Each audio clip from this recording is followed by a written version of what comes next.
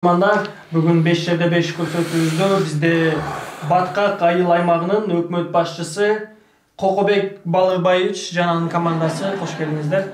Кокобек Балырбаевич, бул канча жылдан бери Баткак айылын жетектеп келе жатасыз? Эми 1 жыл толук боло элек, 1 айга жете элек, жумушка чыкканыма 11 күн болду. Демек жаңы эле кызматка дайындалган экенсиз, жакшы экен. Демек сизди жергиликтүү кеңештин депутаттары шайлады? Жок, мени эл шайлады. Жок, азыр деген мыйзам боюнча эл шайлай албайт да. Жок, мен сага кыргызча айтып атам. Мени эл шайлады. Жок, мыйзам деген нерсе бар да, эл шайлайды. Эми мыйзамыңды мен урганым жок да, мени эл шайлады да. Өзү мындай да, курортто эс алып жаттым эле да. Анан 99% эл сизди шайлады, иштеп бериңиз дегенинен ушу команда менен келдим да. Анан ойлодум, бул 1% неге шайланбай калдым экен десем, ойлосом кийин 1% бул өзүм экенмин да. Түшүнүктүү. Бул сиз кызматка жаңы келсеңиз, командаңыздагы жаңы демек, командаңызды кайсы критерийлер менен тандап алдыңыз? Эми командам буга чейин өтө күчтүү, иштеген, мындай бир жакшы командам өзү бар эле да негизи. Biz себеби бул команда менен тиги курортто футбол ойнойт элек да. Мисалы үчүн муногу жигит, мына жигит. Бул мыкты дарбазачы да. Бул ушу топту ушундай секирип тозот, мындай секирип тоскон дарбазачы жок өзү негизи. Ал эми муногу жигит болсо, бул мыкты коргоочу. Бул эч нерсе өткөрбөйт. Бул өзүнөн нар жакка эчтеке өтпөйт да мындай. Мен өзүм жөнүндө болсом, мен өзүм футболду абдан жакшы ойнойм, мыкты ойнойм, чабуулчумун. Любой мына итине битине чейин сурасаң болот сен. Анан кийин өзүм ойлоп калам да, эгерде курортто болбогонумда Месси же Роналдо же Марадона болмокмун деп ойлойм да, тиги Пелени мындай айтпаганда. Siz ошондо курортто эле таанышкан тааныштарыңызды кызматка алып келип алдыңызбы? Сенде мындай понятие деген жок окшойт, үкөм, мен сага мындай түшүндүрүп коет окшойм да. Курорт деген бул зона, түрмө. Түшүнүп атасыңбы? Сиздер түрмөдөн чыгып келдиңиздер ошондо. Эмне? Эмне болду? Бул элдин каалоосу. Эл ошону каалап атпайбы? 99% эл каалап бизди ушинтип алып келип атпайбы? Эмне үчүн биз келбешибиз керек? Иштеп атабыз. Колдон келишинче. Командаңыз дагы түрмөдөн чыгып келди, бардыңыздар. Мен сага айтып атам, элдин 99% каалоосу. Эл өзү каалап алып келип атат. Эмне болуп турат? Сиз ал жакка кантип барып калдыңыз эле? Эми саясий куугунтук. Сиз саясатчы элеңиз агачы? Жок, мен чабан болчумун. Бир коро койду, ушу бир карышкы жеп кетсе, сен жеп кеттиң деп тияка киргизип койгочу. Командаңызчы эмне болуп калды? Эми командам менен бул, мисалы үчүн муногу жигит.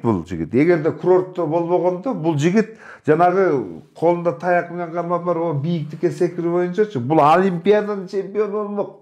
Ошолдогу деңгээлдеги жигит бул. Аны түшүнүп атам, мен бирок эмне болуп камалды? Эми болгону эмне? Тиги кошунасынын тосмосунан секирип өтүптүр. Анан кийин ал уурлукка кирди деп заява жазып коюптур. Болду, ошо менен кирип кетип атат. Тиги жигит мынакей. Муну муну монстр, жегич дейт. Карасаң муну жашынакай, карачы муну бир төйт жашынакай күлүп койсоң, лампочкам десе карачы муну. Ушуну ким айтат жегич деп? Жок, мындай караганда жегендей көрүнүп эле турат. Жок, бул курортко чейин бир жакшынакай эле, сага окшогон эле кымча бел жигит болгон. Анан курорт аякта билесиң да, өкмөт багат экен, камап алып эле оозуна берип эле желе деп берип атса, анан семирет да. Кочкорду деле караңгы жерге байлап алып, жем бере берсең семирет да, туурабы? Ошол сыяктуу кеп. Өзү түсү ушундай кызылбы же бир аз давлениясы? Жок, бул жигиттин кече курткасы сыртта калып кетти. Курткасынын чөнтөгүндө акча бар экен да, анан кече кар жаабадыбы. Курткасы дагы, акчасы дагы ошо кар жаап, кардын түбүндө муз болуп тоңуп калыптыр. Анан кийин ошо эртеден бери давлениясы көтөрүлөт. Командаңыздагы 3-киши тууралуу такыр кеп кылбадыңыз. Эмне кызматта? Эмне болгон адам? Міне ушуну адам деген турасың. Карачы жакшылап. Бул адам эмес, бул ит да. Сен коркпо. Сен мага жаман сөз айтпасаң, бул сени каппайт. Мени ушул жагынан коргойт да бул. Бул тигил жакта жүргөндө дагы мени ушул жаман сөздөн, жаман көздөн коргочу. Анан мен келе бергенден кийин байкуш ыйлаптыр. Анан алдырып алдым. Адамдын досу ит деген бекерден айтылган эмес да, туурабы? Ит деле болсо дос эле деп, анан түрмөгө таштап койбойюн деп алдырып алдым. Кокобек Балабаевич, түшүнүктүү. Мынакей эми айыл башына келип, айылды жетектеп атасыз. Бир программаңыз барбы? Кандай пландарыңыз бар? Эми программа боюнча 11 күндөн бери эле мен жөн эле отурган жерим жок. Ошо элди ойлоп атам, жерди ойлоп атам. Ойлонуп туруп, анан кийин ушу 3 ай кыш мезгилинде 3 ай ушу элдин жер налогунан кутултайынчы деп чечтик. Кышында налог төлөнбөйт. Кандай? Эми элге баары бир экен да. Элге бериш керек максат эмес. Элге мындай айтып коюш эле, айтып койгонуң эле жетиштүү болот экен да. Мен ушу 3 ай налогун төлөбөй эле койгула деп элге айттым эле, эл туура түшүндү, колдоп атышат ушуну. Элден айланса болот экен. Элге айтып эле коюш керек экен өзүнө. Дагы актуалдуу темалардын бириси бул кошуна айлык болгон карызга мындай бир иш-чара көрүп жатасызбы? Эми мына командаңыз менен келдиңиз деп атасыз. Мынакей бул командам керек болсо эл үчүн, жер үчүн иштеп берет.